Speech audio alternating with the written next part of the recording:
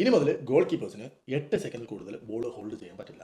Yes guys, ഒരു latest update വന്നിരിക്കുകയാണ്. 2025-2026 season, അതായത് ഈ സീസൺ മുതൽ 8 സെക്കൻഡിൽ കൂടുതൽ ഗോൾ കീപ്പേഴ്സിന് കയ്യിൽ ബോൾ ഹോൾഡ് ചെയ്യാൻ പറ്റില്ല എന്നൊരു റൂൾ വന്നിരിക്കുകയാണ്. ഇൻ കേസ് നിങ്ങൾ 8 സെക്കൻഡിൽ കൂടുതൽ ബോൾ ഹോൾഡ് ചെയ്യുവാണെങ്കിൽ റഫറിക്ക് എതിർ ടീമിന് ഒരു കോർണർ വിധിക്കാനുള്ള അധികാരം കൊടുക്കുന്നതാണ് ഈ പുതിയ റൂൾ ചേഞ്ച് എന്ന് പറയുന്നത്. ആൻഡ് നിങ്ങളിൽ പലർക്കും ഇത് ഓൾറെഡി അറിയാമായിരുന്നിരിക്കാം, പക്ഷേ അറിയാത്തവരിലേക്ക് എത്തിക്കാൻ വേണ്ടിയിട്ടാണ് ഞാനിത് നിങ്ങളുമായിട്ട് ഷെയർ ചെയ്യുന്നത്.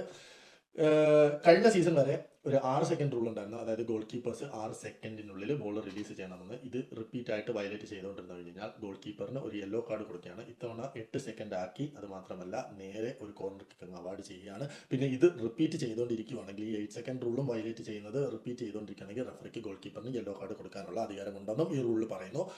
And one of the main update എന്ന് പറയുന്നത്, ഈ റൂളിനകത്തുള്ള ഒരു അപ്ഡേറ്റ് എന്ന് പറയുന്നത് 5 സെക്കൻഡിന് ശേഷം റഫറി തന്റെ കൈകൾ ഉയർത്തി കൗണ്ട് ചെയ്യണമെന്നും ഗോൾ കീപ്പറിനെ അത് നോട്ടിഫൈ ചെയ്യണമെന്നും പ്രത്യേകം പറയുന്നുണ്ട്.